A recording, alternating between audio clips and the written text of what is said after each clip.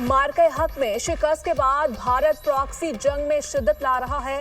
फितुल खारिज और फितुल अल हिंदुस्तान भारत की पाकिस्तान के खिलाफ हाइब्रिड वॉर के मोहरे हैं। इन प्रॉक्सीज का अंजाम भी वही होगा जो मार्के हक में हुआ। पाकिस्तान इलाकाई अमन के लिए पुरआज़्म मगर हर खतरे का भरपूर जवाब देने के लिए तैयार है। दहशतगर्द किसी मजहब, कौम या फिरके के नुमाइंदे नहीं। दहशतगर्दी के खिलाफ कौमी सतह पर यकजहती नागुज़ीर है। फील्ड मार्शल सैयद आसिम मुनीर का 16वीं कौमी वर्कशॉप बलूचिस्तान के शुरका से खिताब। दहशतगर्दी की लानत को जड़ से उखाड़ने, कौमी हम आहंगी और बलूचिस्तान की समाजी इक़्तिसादी तरक्की के लिए पाक फौज के गैर मुतज़लज़िल अज़्म का यादा। फील्ड मार्शल की भारत की जानिब से दहशतगर्दों की सरपरस्ती की शदीद अल्फाज में मज़म्मत। भारत इक़दाम को बलूचिस्तान के अवाम की वतन से मोहब्बत को निशाना बनाने की नाकाम कोशिश करार दिया। फील्ड मार्शल सैयद आसिम मुनीर ने बलूचिस्तान में तरक्याती मंसूबों को कौमी तरक्की का जामिन करार दिया। इदारा जाती हम आहंगी और कौमी सतह पर मरबूत हिकमत अमली पर जोर। जंगी जुनून में मुब्तला भारत के मिसाइल के तजर्बात। खित्ते में कशीदगी बढ़ने के खदशात। मिसाइल तजर्बे 28 और 29 जुलाई को ओडिशा में किए गए। तजर्बात हथियारों की दौड़ जंग की राह हमवार करने की साजिश है। सिक्योरिटी जराये के मुताबिक भारतीय धमकी और जंगी जुनूनियत का जवाब पाकिस्तान का जदीद नुसरत 39 मिसाइल है जो जोहरी वॉर हेडने जाने की सलाहियत रखता है। नसर मिसाइल भारतीय साजिशों को नाकाम बनाने की क़ुव्वत रखता है। नसर की खुसूसियात उसे दुश्मन की पहली ज़रब के खिलाफ मौसर बनाती है।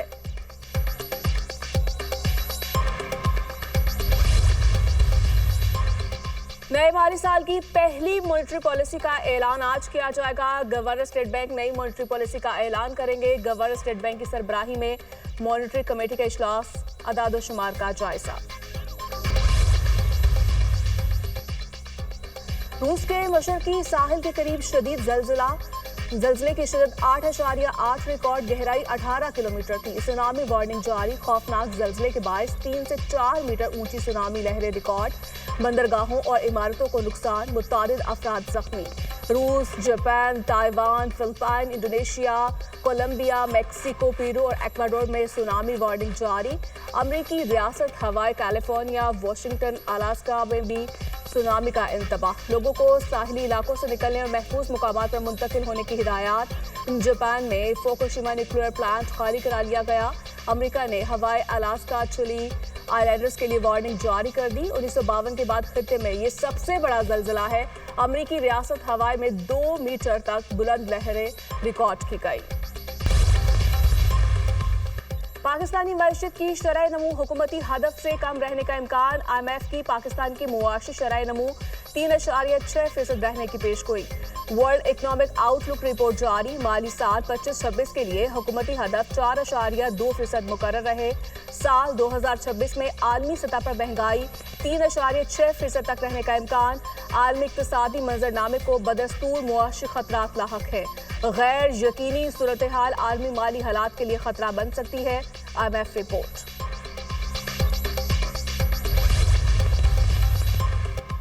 हुकूमत का शुगर सेक्टर को डीरेगुलेट करने का फैसला। 5 लाख टन चीनी का बफर स्टॉक रखने के अलावा हुकूमत मुदाखलत नहीं करेगी। तजावीज़ का फाइनल ड्राफ्ट तैयार करके आइंदा हफ्ते शहबाज शरीफ को पेश किया जाएगा।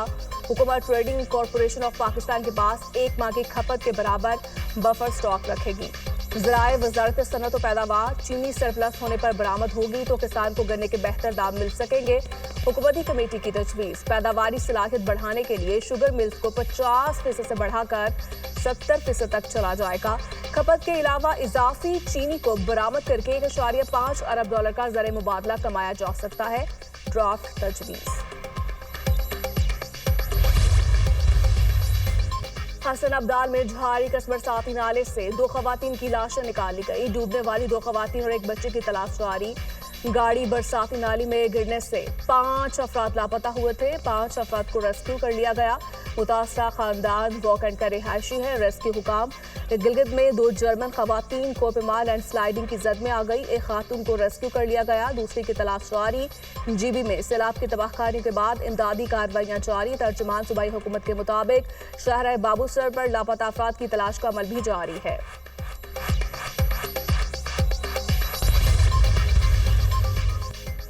पंजाब के मुख्तलिफ अजला में बारिशों का अलर्ट जारी। लाहौर, रावलपिंडी और गुजरावाला में शदीद बारिशों के बायस अर्बन फ्लडिंग का खदशा। कसूर, शेखुपुरा, जेहलूम, गुजरात और सियालकोट में शदीद बारिश मुतवक्के।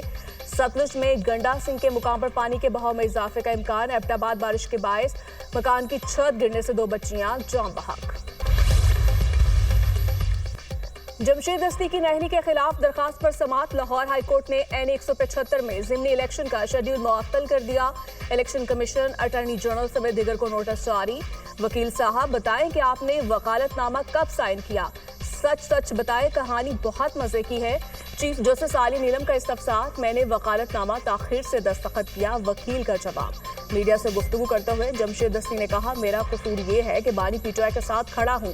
इलेक्शन कमीशन ने ज्यादती की, अदालतों से इंसाफ की उम्मीद है।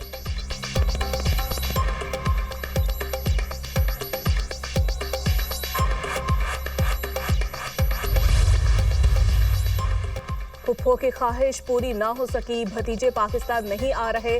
साबिक भावच ने अपने बच्चों को पाकिस्तान जाने से रोक दिया। महतमा के अपने बच्चे एहतजाज में शामिल नहीं होंगे तो इनकलाब कैसे आना था। 5 अगस्त का एहतजाज आगाज से कबल ही फ्लॉप शो हो गया।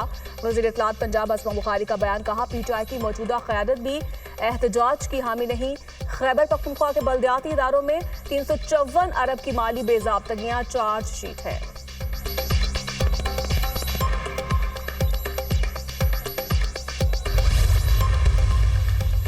हुकूमत 5 अगस्त की एहतजाजी कॉल से बुखलाहट का शिकार हो चुकी है। पीटीआई के अहल उम्मीदवारों को नहल करार दिया जा रहा है। जिन उम्मीदवारों को नहल करार दिया गया उनका असल कसूर ये था कि वो फॉर्म 45 पर मुंतखब हुए थे। हुकूमत के ओछे हथकंडे पीटीआई के एहतजाज को नहीं डुबा सकते। हुकूमत पीटीआई की रिहाई को मजीद नहीं रोक सकती। मुशीर इत्तलात KPK बैरिस्टर सैफ का बयान।